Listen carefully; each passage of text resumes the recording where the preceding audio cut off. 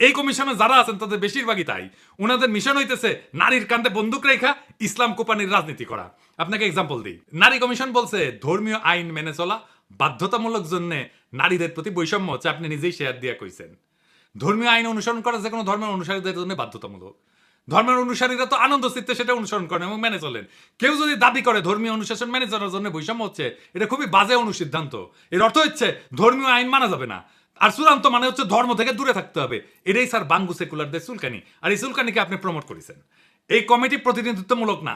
বাংলাদেশের আপামর নারীদের অংশগ্রহণ নাই এই কমিটিতে, যারা সংস্কারের নামে ধর্মীয় আইনের বিরুদ্ধে কৃপান তোলে বাংলাদেশের মানুষ তাদের সংস্কার প্রস্তাব ছুঁড়ে ফেলে দেবে।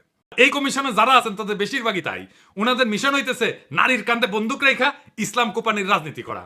আপনাকে এক্সাম্পল দিই। নারী কমিশন বলছে ধর্মীয় আইন মেনে চলা বাধ্যতামূলক জন্য নারীদের প্রতি বৈষম্য হচ্ছে। আপনি নিজেই শেয়ার দিয়ে কইছেন ধর্মীয় আইন অনুসরণ করা যে কোনো ধর্মের অনুসারীদের জন্য বাধ্যতামূলক। ধর্মের অনুসারীরা তো আনন্দ চিত্তে সেটা অনুসরণ করেন এবং মেনে চলেন। কেউ যদি দাবি করে ধর্মীয় অনুশাসন মেনে চলার জন্য বৈষম্য হচ্ছে, এটা খুবই বাজে অনুসিদ্ধান্ত। এর অর্থ হচ্ছে ধর্মীয় আইন মানা যাবে না, আর চূড়ান্ত মানে হচ্ছে ধর্ম থেকে দূরে থাকতে হবে। এটাই স্যার বাঙ্গু সেকুলারদের চুলকানি, আর এই চুলকানিকে আপনি প্রমোট করেছেন। এই কমিটি প্রতিনিধিত্বমূলক না। বাংলাদেশের আপামর নারীদের অংশগ্রহণ নাই এই কমিটিতে, যারা সংস্কারের নামে ধর্মীয় আইনের বিরুদ্ধে কৃপান তোলে বাংলাদেশের মানুষ তাদের সংস্কার প্রস্তাব ছুঁড়ে ফেলে দেবে।